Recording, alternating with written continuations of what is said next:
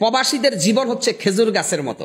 একটা খেজুর গাছ অযত্নে অবহেলায় কিন্তু বড় হয়। খেজুর গাছের কেউ যত্ন করে না, কিন্তু ওই খেজুর গাছ থেকে সবাই রস খায়। ঠিক প্রবাসীদের যত্ন কেউ করে না, প্রবাসীদের সম্মান কেউ করে না, কিন্তু প্রবাসীদের যে মাথার গাম পায়ে পেলা উপার্জনটা সবাই ভোগ করে। এটা হচ্ছে খেজুর গাছের মতো। প্রবাসীদেরকে আমরা ওদের সুসে সুসে শুধু রসটা খাই প্রবাসীদের কাছ থেকে, কিন্তু আমরা তাদের কোনো টেক কেয়ার করি না।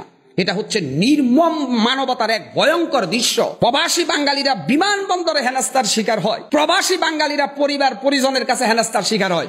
20 বছর 15 বছর প্রবাসে থেকে মাথার গাম পায়ে ফেলে মরুভূমির বালিতে, সমুদ্রে, বন্দরে, পাহাড়ে বা জঙ্গলে, বিদেশের মাটিতে প্রবাসীরা যে কষ্ট ক্লাস করে তারা এদেশে রেমিটেন্স পাঠায় বা পরিবারের কাছে টাকা পাঠায়, এই পরিবারের লোকগুলো তাদের জন্য আরেকটা 90 হিটলারের ভূমিকায় অবতীর্ণ হয়। অনেক প্রবাসী আত্মহত্যা করে বাংলাদেশে আসার পরে।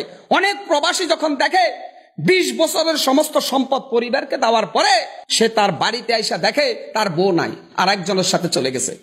আবার তার ভাই আছে, বড় ভাইরা নিজেদের নামে জায়গা সম্পদ ক্রয় করেছে, কিন্তু যেই বেচারা টাকা পাঠাইছে তার নামে কোনো জমি ক্রয় হয় নাই। সে তখন বাস্তুহারা হয়ে যায়। আমি মনে করি প্রবাসীদেরকে সর্বোচ্চ সম্মান করা রাষ্ট্র, সমাজ, পরিবারের ইমানি এবং নৈতিক দায়িত্ব। কিন্তু সে দায়িত্ব পালন করবে কে? আসল মানুষ হারিয়ে যাচ্ছে নকল মানুষের ভিড়ে। মানুষ দেখার জন্য হয়তো আমাদেরকে যেতে হতে পারে আগামী দিনে জাদুঘরে। একজন প্রবাসী সে মা মারা গেলে মায়ের লাশটা দেখে না, স্ত্রী মারা গেলে